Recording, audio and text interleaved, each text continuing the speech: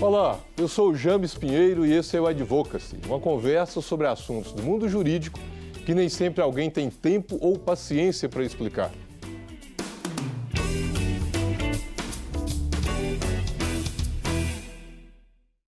Reforma trabalhista. 6 meses após a publicação dos novos parâmetros para as relações de trabalho no Brasil, o Advocacy pergunta: é possível analisar se houve melhorias ou prejuízos nas relações do trabalho? E mais, nós brasileiros estamos prontos para viver neste mundo globalizado e altamente competitivo, onde aspectos trabalhistas contam na hora de se tomar uma decisão estratégica em empresas nacionais e multinacionais? Para responder essas e outras perguntas, o nosso programa trouxe os seguintes convidados.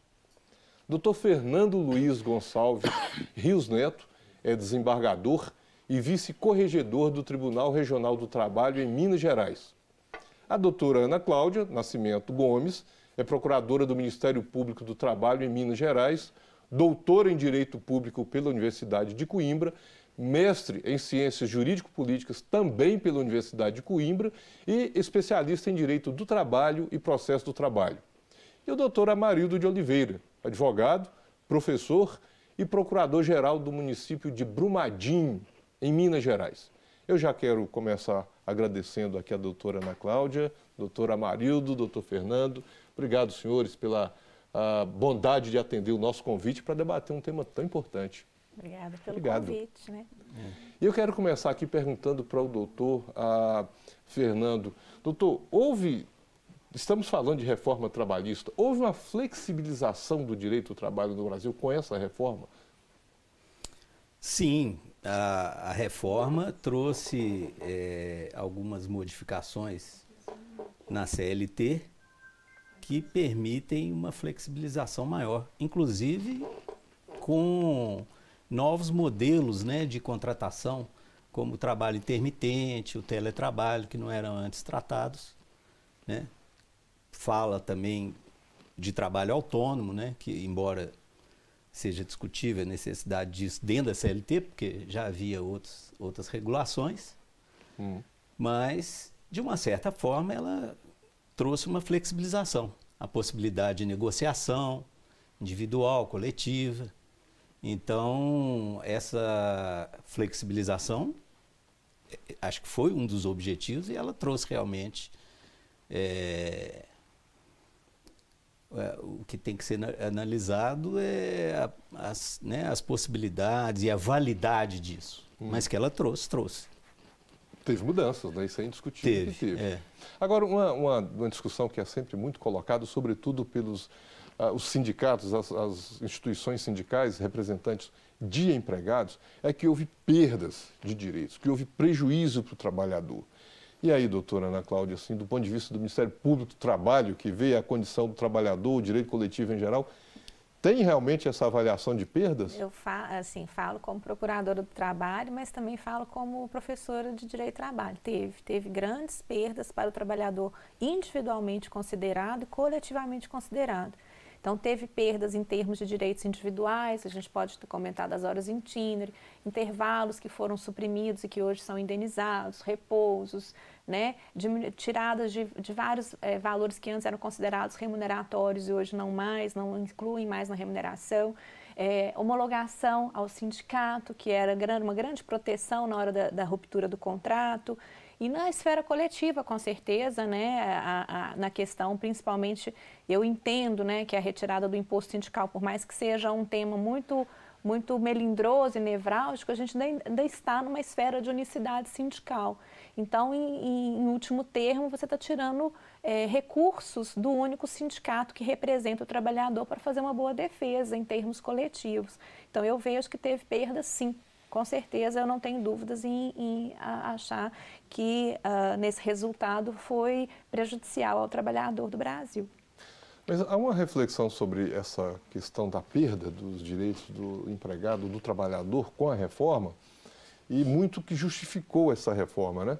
Que tem a ver com os novos modelos de relações não trabalhistas, mas, aliás, não de emprego, mas trabalhistas no Brasil, deixar uma gestão menos pesada, onerosa para o empregador e também a oportunidade que surge tendo relações mais flexíveis, quer dizer, há outras formas de contratação, empregados que estejam na informalidade podem se tornar parte da relação mais formalizada e com isso também aumentar o que é chamado de postos de trabalho. Quer dizer, isso justificou um pouco, ou talvez muito, a reforma trabalhista que entrou em vigor em novembro do ano passado.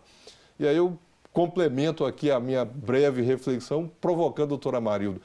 Realmente, o senhor avalia isso, doutor Amarildo, assim, isso foi bom para o mercado, consequentemente, é bom para a economia e, finalmente, seria bom para o trabalhador essa reforma trabalhista? Eu acho que só o tempo vai responder assim, com mais segurança essa sua indagação.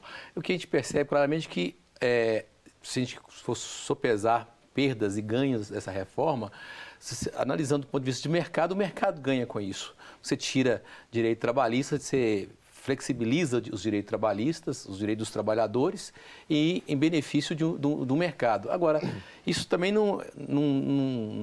a gente não pode ser também tão contra isso no momento em que o país e que a própria situação, a globalização, a economia vem pedir, vem clamar por essa alteração. Nós saímos de um modelo em que a relação do trabalho era extremamente protecionista, a CLT era muito protecionista, numa relação em que o trabalhador precisava do socorro da Justiça do Trabalho, precisava do socorro da legislação, do Estado, e passa a ter um pouco mais, e leva para o lado da autonomia da vontade. Agora as relações estão mais iguais, né? O microempresário, o pequeno empreendedor, esse aí se relaciona com o seu empregado, com a sua força de trabalho, de uma forma mais igual, não precisando tanto da intervenção estatal nesta relação.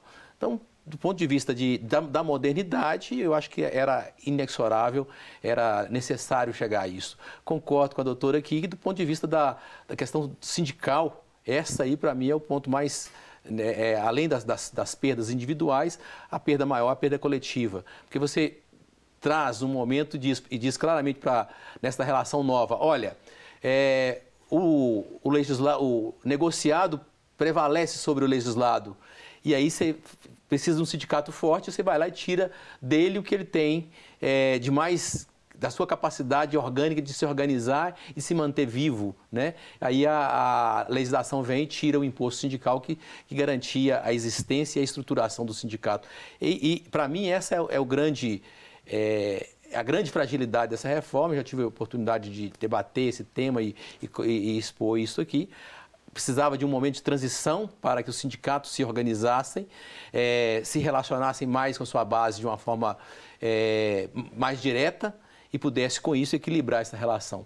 O ponto, para mim, mais doloroso dessa reforma é a relação coletiva.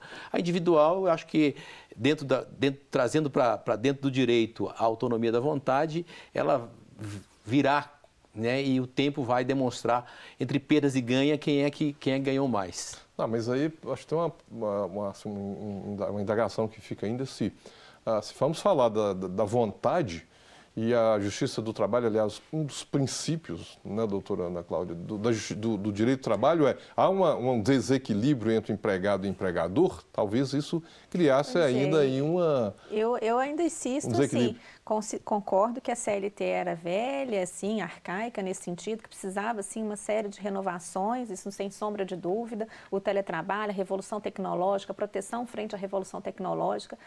Existiam, inclusive, vários projetos legislativos de reforma, de proteção de um código do trabalho, o próprio Ministério Público apresentou, né, que tivesse inclusive que tivesse uma regulamentação sobre o processo coletivo, que até hoje está sem regulamentação na esfera do trabalho. Então, assim, a questão é que não houve discussão, o projeto foi de uma forma sem incluir o trabalhador nesse debate, e eu pergunto se o trabalhador ainda não faz jus a essa proteção jurídica. Eu acho que faz, não o empregado em si, né, dessa vertente que a gente realmente tem que abrir para o mundo do trabalho, outras vertentes diferentes em formas de trabalho. Mas o trabalhador, pessoa humana, aquele que depende da sua subsistência, ele precisa de proteção jurídica, no meu ponto de vista, e ele não está aí num pé de igualdade para negociar individualmente ainda. Então, eu data máxima vênia, digamos assim, né? Eu ainda continuo radicalmente contra, em termos majoritários, a essa intenção da reforma, sabe? Mas, doutora, se nós falarmos que houve um prejuízo, teve um ganho para alguém. E aí eu volto aqui ao doutor Fernando. Houve ganhos, doutor? Por exemplo, poderíamos dizer, ó, o empregador ganhou, ou o mercado ganhou, colocando não exatamente como sinônimo. E mais, o senhor mencionou o autônomo. Assim, melhorou para o autônomo, digamos, ou para o informal? Facilitou, houve melhoras? Eu creio que não, né? Essa resposta aí do mercado, ela vai ser um pouco demorada. Eu acredito que em menos de 2 anos não dá para sentir essa resposta do mercado.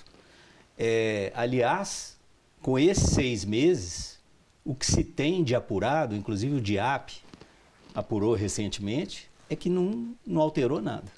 Questão do desemprego, que foi prometido, isso aí não... E uma coisa importante... Não melhorou em nada para ninguém. O aumento dos postos de trabalho... E uma coisa importante, né, que eu gosto de lembrar é que o trabalhador é o consumidor também. Então, assim, diminuição de proteção, diminuição de verbas, de ganhos que vão realmente para o bolso do trabalhador, também é a diminuição de renda de consumo.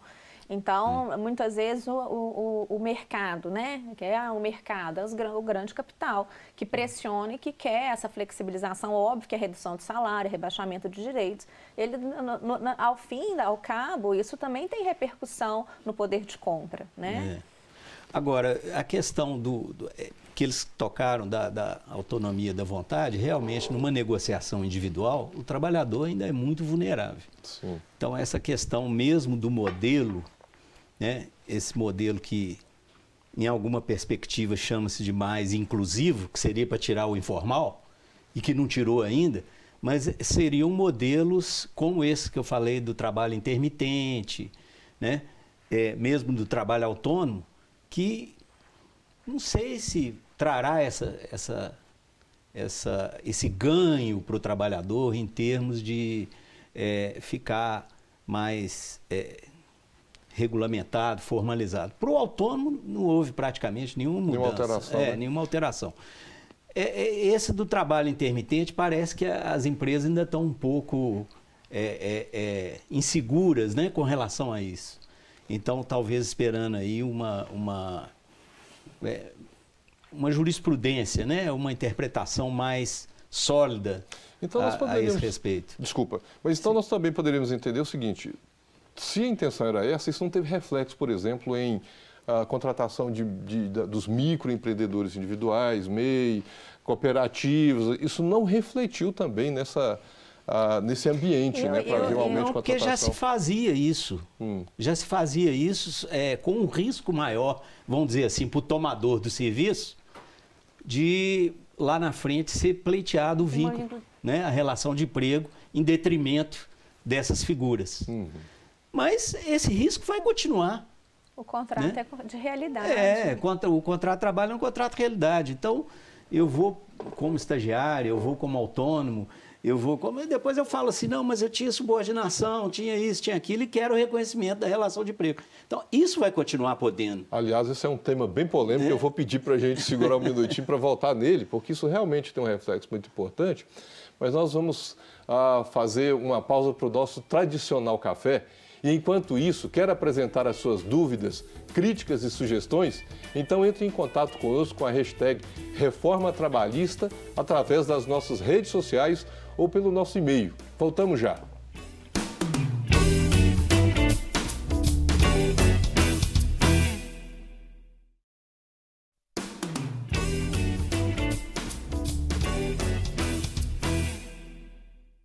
E estamos de volta com o nosso Advocacy, hoje conversando sobre os 6 meses da reforma trabalhista. Lembrando que o nosso WhatsApp é o número 31 98027 0984 e todas as respostas são publicadas lá no Facebook do Advocacy. É só procurar pela hashtag Reforma Trabalhista. Eu quero começar aqui esse bloco, voltando ao finalzinho do bloco anterior. O senhor comentava sobre a possibilidade de reconhecimento de vínculo em algumas relações que são terceirizadas, a terceirização e etc, etc. Quer dizer, isso pode acontecer, né, doutor Fernando? Sim, menos agora na terceirização, porque houve a lei, né? Um pouco antes da lei da reforma trabalhista, teve a nova lei de terceirização que abriu um leque, né? Uma possibilidade maior para esse tipo de trabalho, né? Por meio de intermediação, né? Então, houve uma alteração no trabalho temporário, que era uma terceirização antiga, né? E houve uma modificação na terceirização em geral. Mas eu falo mesmo pelos outros modelos, todos eles, tanto na terceirização como nos outros modelos, que seriam sem o vínculo empregatício, pode haver a possibilidade do reconhecimento do vínculo empregatício pela Justiça do Trabalho. E lembrando só que também, desculpa, a terceirização agora também para atividades fim, né? Que antes da lei... Exato, a lei abriu para atividade fim, né?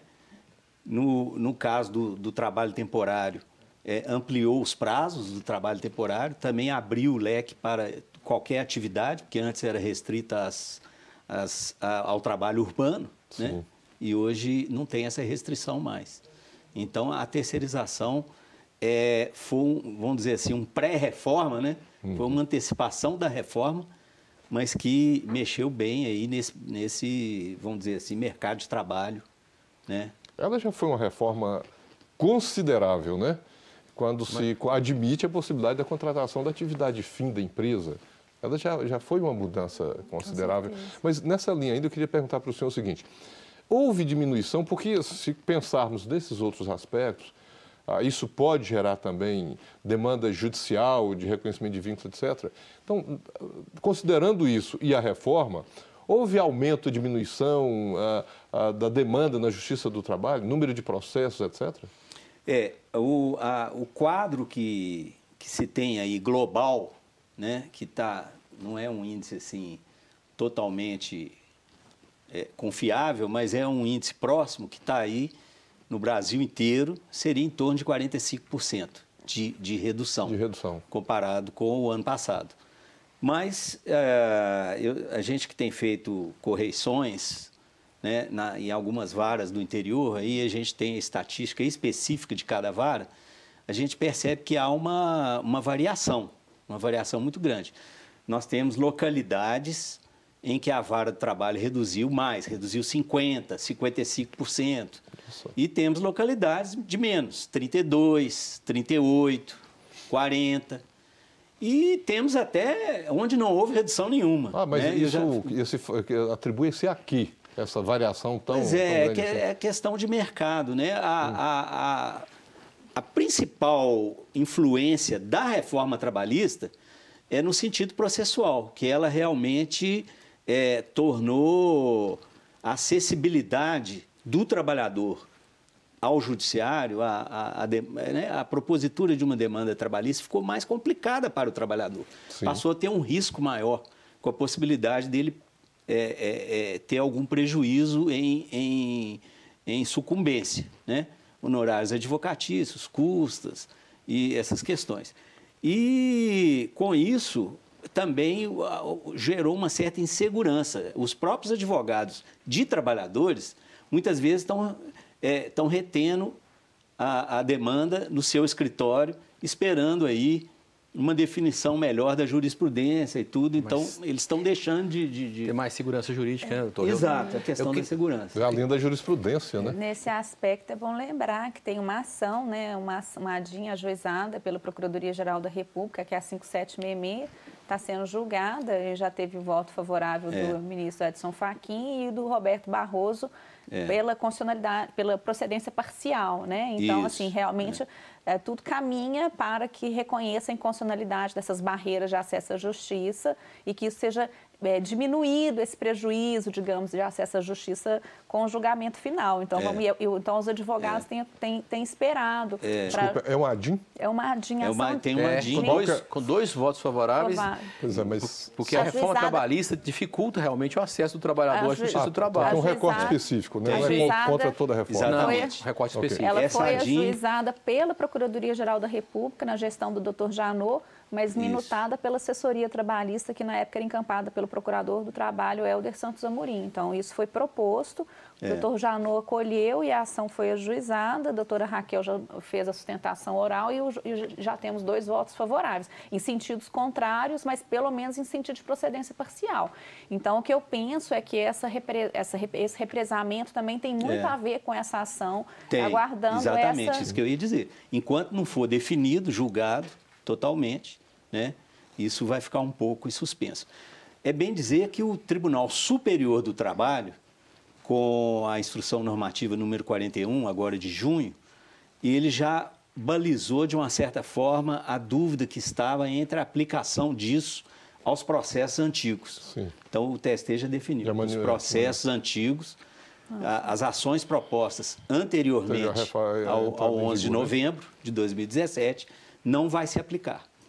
E serão aplicados os processos novos. Me permite só voltar à questão da reconhecimento do vínculo, porque eu acho que a reforma trabalhista, ela toca em alguns pontos específicos. Nós falamos aqui de possibilidade de perdas e ganhos, mas a CLT se mantém intacta na estrutura independente da forma que o trabalho está sendo contratado, ou até nessa autonomia da vontade, a Justiça do Trabalho sempre vai olhar com o conceito de trabalhador que está previsto lá no artigo 3º da CLT, que fala que se houver subordinação, se houver remuneração e se houver continuidade do trabalho, será considerado trabalhador para todos os efeitos. Os critérios do contrato... A reforma não vai afastar isso em hipótese alguma. Por isso, o reconhecimento do vínculo sempre será colocada em xeque nas mesas da Justiça do Trabalho e será reconhecida se houver essas características do conceito do trabalhador. Né? Agora, doutora, assim, quando a gente fala, estamos avaliando algo que é muito novo, acho que vai levar um tempo ainda para ter, como o senhor mesmo disse, em que linha que a jurisprudência vai, é que também nós vamos acertando aí o caminho, né? Tanto advogados como o próprio judiciário.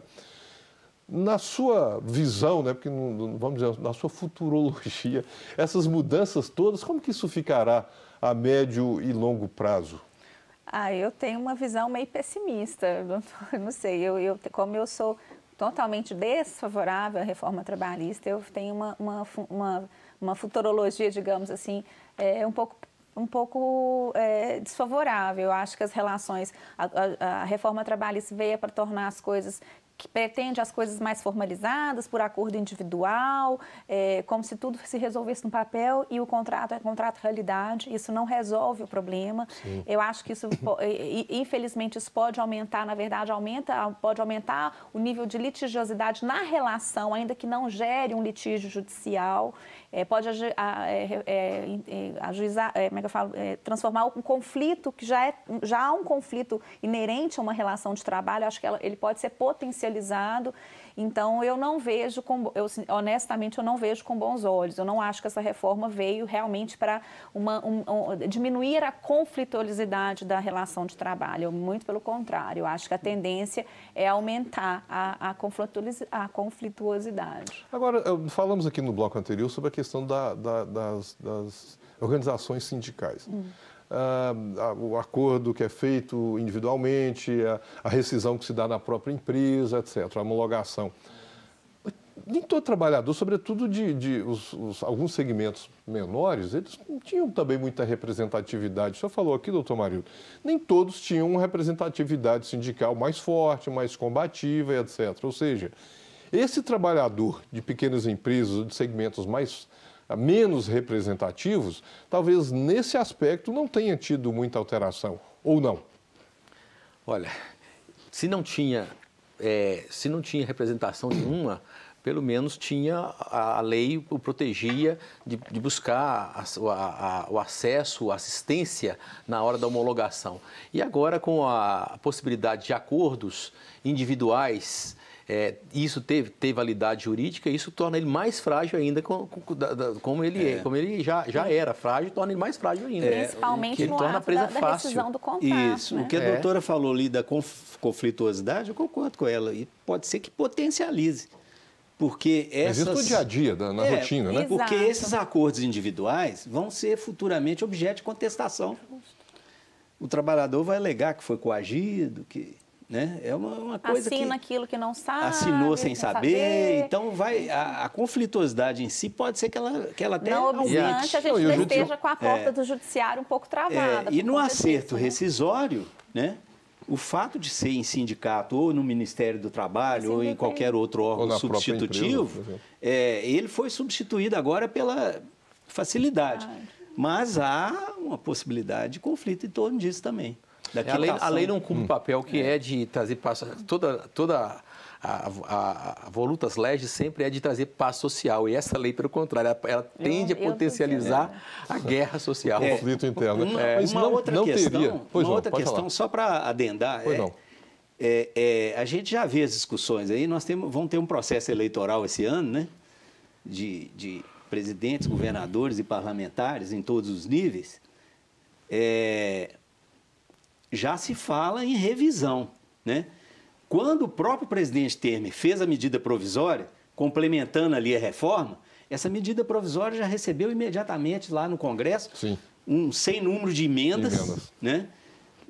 Parece que foi recorde, que levou até o presidente da Câmara deixar ela expirar pelo prazo, porque estava muito difícil a discussão. Isso vai voltar numa nova legislatura, né? Alguns candidatos já acenam com isso. E as emendas revolviam todos os temas, né? Essa reforma não está pronta e acabada ainda não. Ela deve ainda... Aliás, ela nem foi maturada, para falar a verdade. Ela não foi maturada. Essa reforma ela não foi maturada, principalmente na esfera das confederações, das entidades de classe, enfim. Né? Nem empresariais nem para os trabalhadores, né? Inclusive, na medida provisória, acho que uma alteração que ela fez foi da contratação do empregado terceirizado, aquele que deixou o vínculo e pode ser contratado. Aquele prazo, eu acho que foi muito importante na discussão da medida provisória, né? Você demite o empregado, ele pode ser contratado 180 dias e alterou esse prazo. Acho que é uma coisa muito curiosa e assim, que traz um risco de um reconhecimento... De fraude. De um reconhecimento posterior de fraude, etc. Mas nós vamos fazer aqui mais um rápido intervalo. É a conta de tomarmos uma segunda xícara de café e já voltamos. Enquanto isso, envie a sua pergunta e seus elogios sinceros pelo WhatsApp ou acesse as nossas redes sociais utilizando a hashtag Reforma Trabalhista. E faça da parte da equipe de redação do nosso programa. Até já!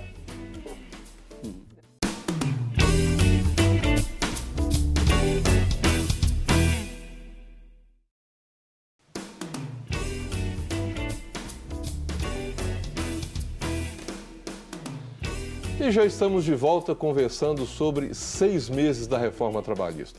Lembrando que todos os nossos programas, principalmente todos os que conversamos sobre reforma trabalhista, estão no YouTube da Rede Super. Acesse, assista e compartilhe e sinta-se à vontade, pois não cansamos de falar que o Advocacy é nosso. E eu quero começar aqui esse terceiro e último bloco perguntando para o doutor Amarildo. Falamos tanto aí de reflexo disso para a economia e etc. Você acha que mudou, aliás, essa mudança, doutor Amarildo, realmente vai redundar em aumento dos postos de trabalho, em crescimento da economia, que foi um dos fundamentos para a reforma, né? A lei fazem 6 meses e ainda não repercutiu ainda na vida dos trabalhadores brasileiros. Não aumentou, não mexeu na quantidade de pessoas desempregadas. Pelo contrário, os desempregos só estão aumentando gradativamente, de forma pequena. Estamos com 25 milhões recentemente desempregados. É um 13% da população ativa desempregada, é um percentual muito elevado. Essa reforma, no primeiro bloco nós falamos isso, em relação ao mercado. O mercado respira números, respira percentuais, né? E ela não vai dar retorno a curto prazo.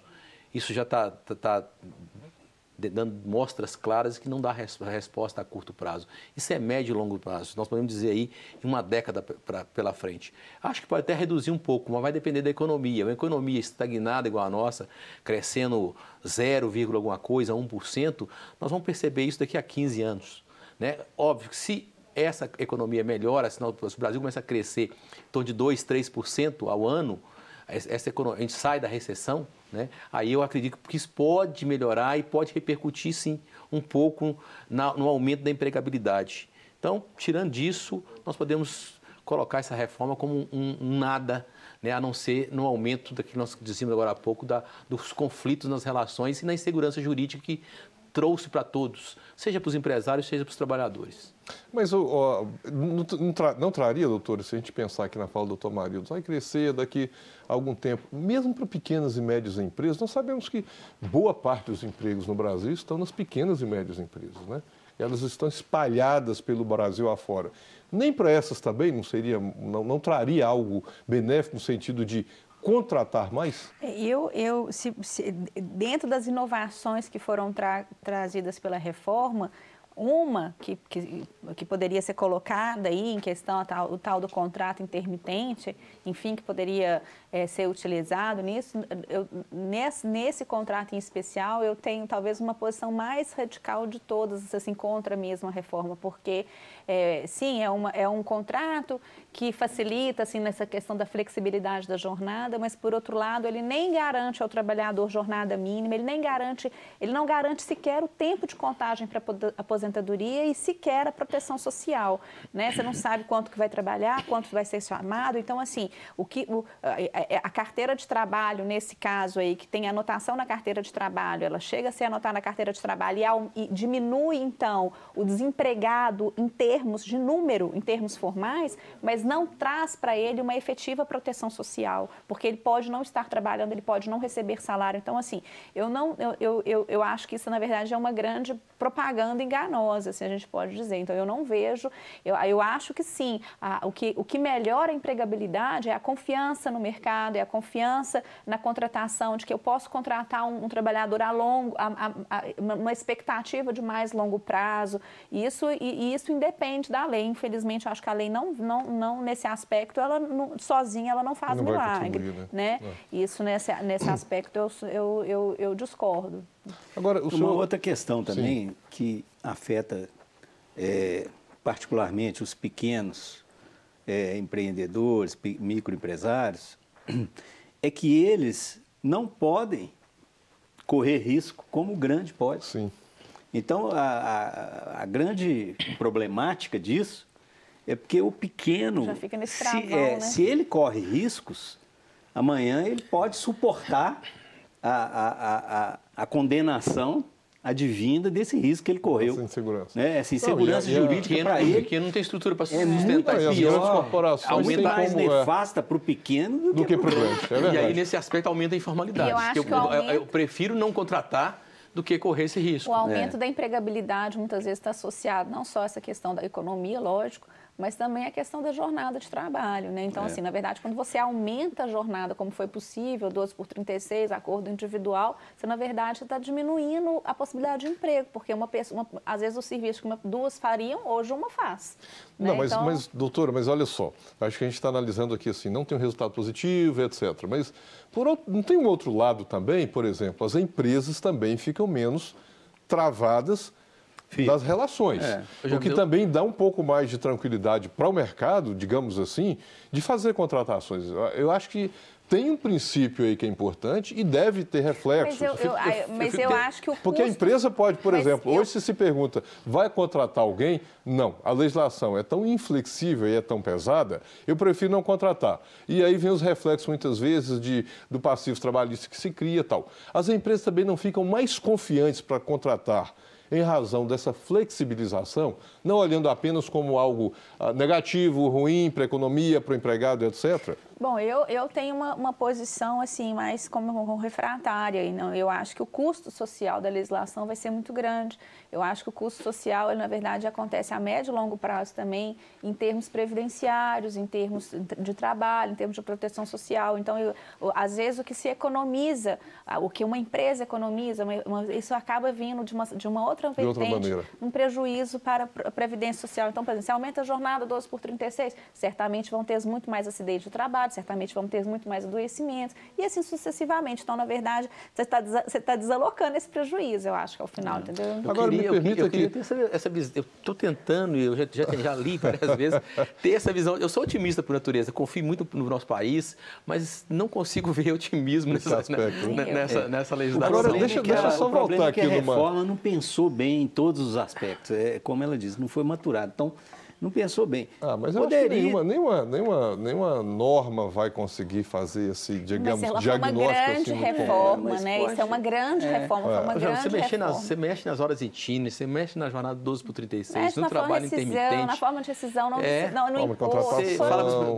Compensação de horas. Justiça. Negociado sobre legislação. Compensação de horas. Isso eu acho uma coisa muito importante. Mas deixa eu voltar aqui rapidamente no outro ponto que abordamos no bloco anterior, que tem a ver também com o Estado, né? Porque quando fala assim, houve uma queda da demanda do Poder Judiciário com os dissídios individuais, por exemplo. Isso implicaria em diminuição de custo também, doutor, na Justiça do Trabalho como um todo? Ou independe? Eu vou dizer a médio e longo prazo, porque de imediato não tem nenhuma implicação, né? Não, eu acho que independe. O que há com a diminuição do número de ações, né? O que pode haver é uma agilidade maior. Mas eu acho que em termos de custos, isso não é tão... não incide de uma forma tão... um resultado tão... relevante. Assim. Mas se nós pensarmos que diminuiu a demanda, não também levaria a um médio prazo diminuir? O processo eletrônico em si, né? Diminuiu, O processo judicial eletrônico em si já trouxe uma economia em termos de tecnologia, né? Inclusive para a advocacia, né? Diminui mas o custo. A questão da reforma trabalhista em si, né? na parte processual, acho que não influi tanto assim, não. Talvez na questão dos honorários que a União teria que suportar quando o empregado estava sob o palio da justiça gratuita e perdia a demanda naquela questão da perícia, sim, né, a União pagava. Então, pode ser que aí haja uma economia, mas não é tão expressiva. Né? Só lembrando que quando... Não justifica o mal social que a reforma faz. Tá, mas só colocando aqui, o senhor está falando, antes, quando o empregado, por exemplo, perdia na perícia... Na perícia... O Estado era responsabilizado pelos honorários do perito. Né? Hoje, o próprio empregado... O próprio empregado pode ser responsabilizado. Uma das coisas que está sendo questionada também. É uma das que está sendo lá no Supremo. Nessa ADIM. Na ADIM. Então, a perícia paga pelo reclamante. Toda a questão do acesso à justiça. A sucumbência recíproca, a questão da perícia nos honorários, pagar a perícia, inclusive quando beneficiário da justiça gratuita, a questão da compensação do que ele eventualmente deva com outros processos de natureza alimentar que ele receba, né? Exato. Enfim. E também a questão eu posso buscar o valor naquele e em outros processos daquele mesma pessoa. Aquele mesmo reclamante. Ou seja, eu vou ter que, vou ter que pagar de uma natureza alimentar que eu recebi para pagar um crédito pericial. Ele perdeu num processo o adicional de insalubridade. Então, ele vai ter que pagar os honorários. Mas ele ganhou hora extra ali no outro processo, então eu vou lá e busco o dinheiro. Para pagamento no final, ele sai sem nada do mesmo jeito. Acho que já teve alguns casos aí nesses primeiros meses bem complicados para o reclamante, né? E realmente é um desestímulo. Das duas.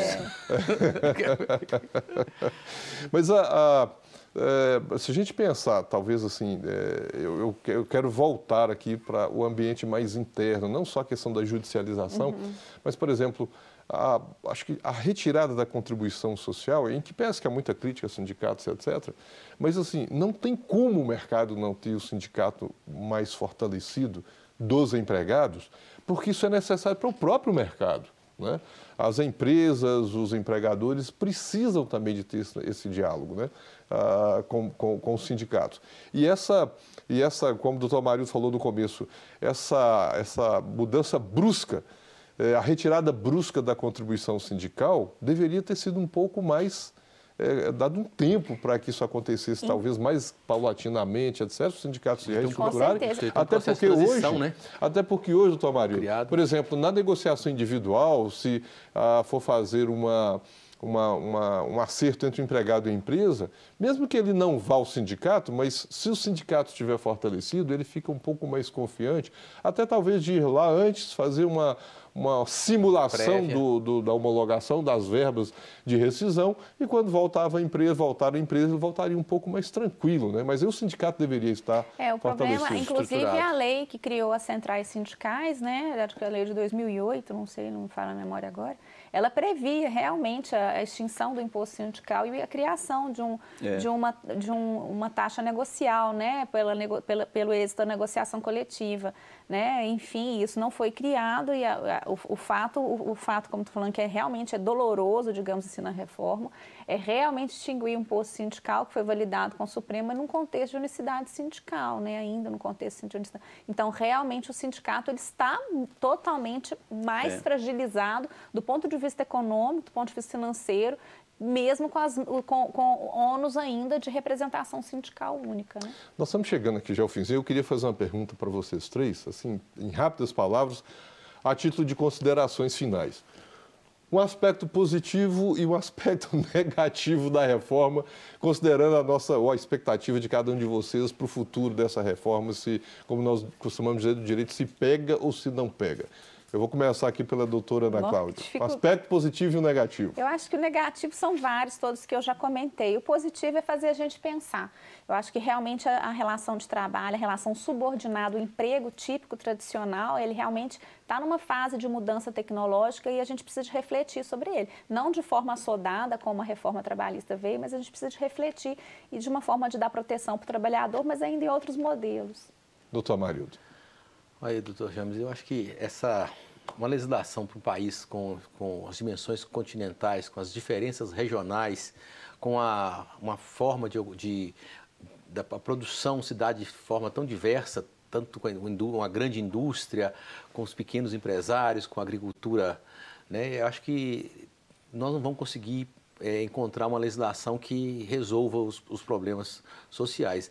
A grande... Mas essa tem algum aspecto positivo?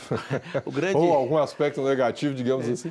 O grande defeito dessa norma é a forma com que ela foi feita de inopino, de supetão, surpreendendo a todos, sem discussão com a sociedade. Sim. E isso é o grande defeito dela. Agora, acredito que ela vai sofrer aí por parte dos tribunais superiores, TST, do STF, análises e com certeza a gente vai cessar algumas medidas aí que vão contra a Constituição, que inibe o acesso do trabalhador aos seus direitos, né? Mas que a médio prazo e a longo prazo pode ser que o mercado... que é bem, né? Pode ser que o mercado sobre alguma coisa. Doutor Fernando. Bom, eu acho que positivo, como ela disse, o fazer pensar, mas é o fazer pensar para evoluir, né? O fazer pensar para melhorar as relações de trabalho. Então, eu acho que ela tem seus méritos realmente, né? Não é todo mundo que vê assim, mas eu considero válida, por exemplo, a alteração que foi feita na questão da equiparação salarial, né? Que não pode ser mais de um estabelecimento para outro, tem que trabalhar no mesmo estabelecimento, ou que não pode ser feito em cadeia. Né? Algumas deturpações que havia no demandismo, né, trabalhista e que prejudicavam um pouco, né, as relações de trabalho. Então, são aspectos, eu acho, positivos. Sim, sem dúvida. Né? Agora, são definições, vamos dizer assim, do direito material do trabalho que a lei trouxe, que é A goste, B não goste, mas que foi a vontade do legislador. Então, nisso aí eu acho válido. Agora, mais negativo que eu achei foi nesses aspectos processuais, eu acho, e nessa questão sindical, porque realmente não houve uma mudança completa no sistema de representação, e isso vai pesar, porque ficou unicidade, ficou o monopólio do sindicato para negociação, né? Então, algumas coisas ficaram e tirou apenas o sustento, né? Então, no aspecto processual, essa questão da dificultar o acesso. Eu acho que o acesso na Justiça do Trabalho tem que ser garantido sempre, amplamente. Nós não podemos pensar, nós não podemos pensar numa premissa que parece que o legislador pensou nela, de que aquele que perde a ação, ele está fazendo uma aventura judicial. Que não é. Não é necessário. Sobretudo na relação do não trabalho, é uma má-fé, eu não posso presumir a má-fé.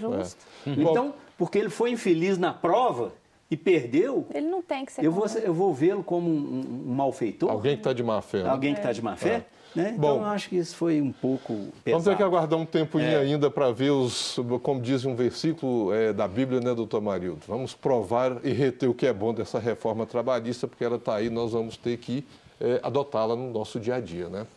Eu quero agradecer aqui os senhores, estamos chegando no final. Obrigado, doutora Ana Cláudia, pela sua boa vontade, sua participação. Doutor Marildo, doutor Fernando, acho que nós vamos ter que voltar para fazer uma outra análise dessa reforma, sem dúvida alguma. Vários programas. É uma honra para mim estar aqui diante do doutor Fernando, doutora Ana Paula. Uma alegria muito grande, doutor James. Obrigado, meu caro. E nós chegamos assim ao fim de mais um Advocacy. E aqui queremos fazer um convite especial. Na segunda parte desse tema, dos 6 meses da reforma trabalhista, vamos entrevistar também advogados e professores de direito, que farão análise de todos os programas da primeira e da segunda temporada sobre a reforma. E você não pode ficar de fora dessa conversa. Queremos ouvir a sua opinião, suas críticas e as suas sugestões. Então escreva para o seu programa, porque não cansamos de repetir, o Advocacy é nosso. Participe e até lá!